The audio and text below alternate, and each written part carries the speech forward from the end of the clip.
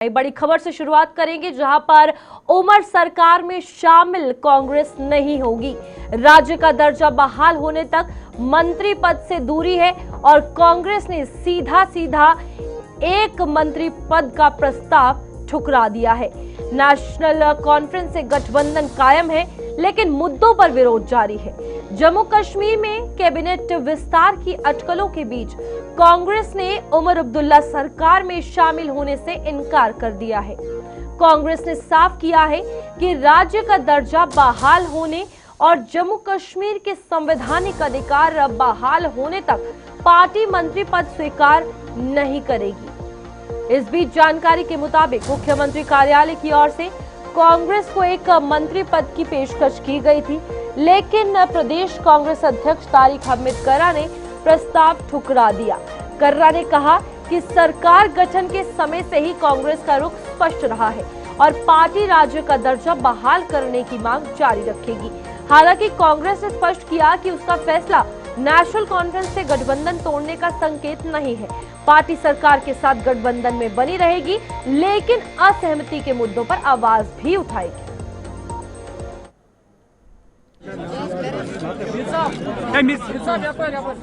इसमें तो शक नहीं है कि कांग्रेस को कैबिनेट में शामिल करने के वास्ते नेशनल कॉन्फ्रेंस इंटरेस्टेड है और पीछे भी थी।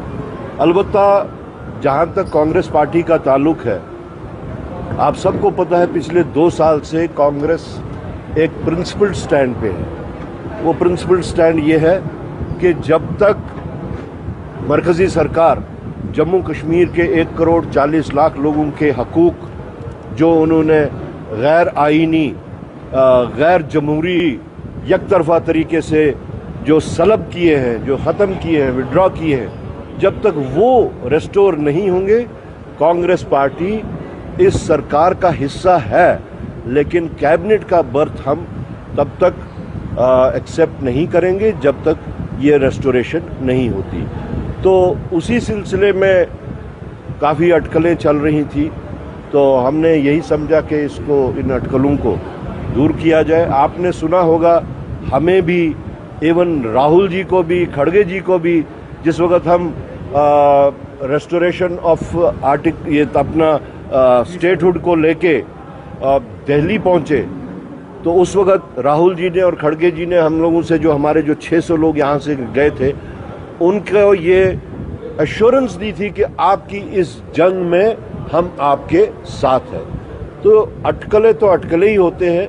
अगर कांग्रेस पार्टी ने at the highest level, state की भी और नेशनल लेवल की भी ये एक एश्योरेंस यहाँ के लोगों को दी है, तो आपको क्या ख्याल है कि हम उस प्रिंसिपल स्टैंड से हटेंगे? के लिए हमारे साथ वरिष्ठ पत्रकार विनोद कुमार जुड़ चुके हैं। विनोद जी, सवाल यही रहेगा, जहां पर कल हम उम्मीद जता रहे थे कि हो सकता है कांग्रेस कैबिनेट में शामिल हो जाए नेशनल कॉन्फ्रेंस के साथ, बट पानी उस पर फिरता हुआ नजर आया है। कांग्रेस अपने मुद्दों के साथ है, नेशनल कॉन्फ्रेंस के साथ गठबंधन भी नहीं तोड़ना चाहती। क्या सोच रहे हैं इस बारे में आप?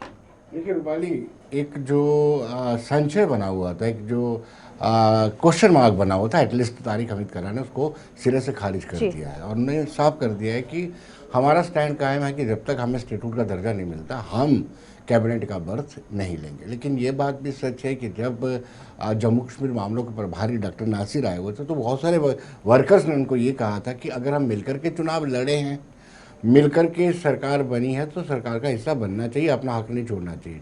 लेकिन ठीक है, उनको लगता है कि अगर हम सरकार का हिस्सा बनते हैं और जो हम डिमांड कर रहे हैं कि पहले हमें स्टेटहुड मिलनी चाहिए, उसके बाद सरकार का हिस्सा बनेंगे, तो हो सकता है तारिक अहमद कर्रा या कांग्रेस के बड़े नेता को ऐसा लग रहा हो कि उनकी छवि धूमिल हो सकती है, टॉर्निश हो सकते हैं, इसलिए उन्होंने ये फैसला लिया। विनोद जी, आपको ये नहीं लग रहा कि कहीं ना कहीं ये चीजें यहाँ लिंक कर रही हैं कि नेशनल कॉन्फ्रेंस की इमेज जो सरकार बनने के बाद बनी है, मैनिफेस्टो में बार बार फेल होते हुए वो नजर आए हैं, सवाल हर जगह से उठ रहे हैं, ऑपोजिशन छोड़कर जनता भी ये सवाल कर रही है। इस बीच अगर कांग्रेस कैबिनेट में सामने आती है तो दोनों को जवाब देना पड़ जाएगा, उस डर से भी पांव पीछे किया गया है। और दूसरी बड़ी बात है कि टोटल 3 बर्थ बने हुए, 3 मिनिस्टर आपने बनाने हैं, तो उसमें कांग्रेस को 1 मिनिस्टर का शेयर मिल रहा था। तो स्वाभाविक सी बात है, क्यों कांग्रेस इतना जोखिम ली? क्योंकि सारे समूचे जम्मू कश्मीर में एक ऐसा नैरेटिव बिल्ड किया जा रहा है कि जो मैनिफेस्टो में नेशनल कॉन्फ्रेंस ने लिखा था उसको एक भी बिंदु को पूरा नहीं किया जा रहा है। ऐसे में कांग्रेस उस सरकार का हिस्सा बन करके क्यों उन सभी आरोपों का भागीदार बने जिसको नहीं बनना चाहिए। तो मुझे लगता है कि ये एक कारण रहा होगा कि सिर्फ एक बर्थ के लिए क्यों कांग्रेस सरकार का हिस्सा बने और उससे सरकार का हिस्सा बने जिस पे निरंतर विपक्ष ऐसे आरोप गढ़ रही है कि वो बिल्कुल निकम्मी और डिलीवर ना करने वाली सरकार। तो हम ये माने जब विधानसभा सत्र अभी शुरू होगा, इस बीच नेशनल कॉन्फ्रेंस के साथ जवाब देने के लिए कांग्रेस खड़ी होगी लेकिन एलिगेशंस लेने के लिए नहीं। देखिए, खड़ी भी नहीं हो सकती है। जो इनका अलायंस है उसकी सेहत भी मुझे ठीक नज़र नहीं आ रही, क्योंकि तारिक हमीद करा ने यह भी स्पष्ट कर दिया है कि जो टैरिफ हाइक है उसके साथ नहीं, हम उसके विरोध में है।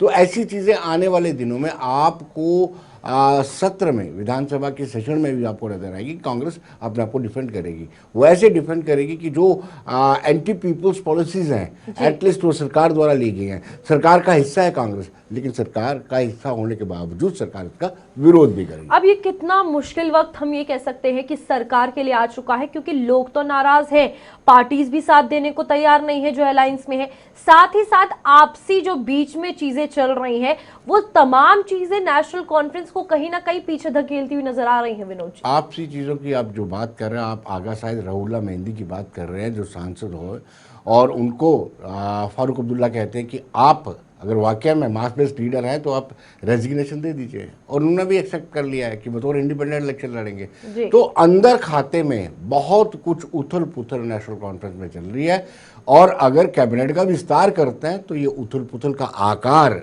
और डायमेंशन और भी बढ़ जाएगी। ठीक है विनोद जी, बहुत बहुत शुक्रिया आपका ज्वाइन करने के लिए। और इस बीच कांग्रेस ने साफ तौर पर कैबिनेट में शामिल होने से इनकार कर दिया है। अब देखना यह है कि नेशनल कॉन्फ्रेंस का रुख क्या होगा।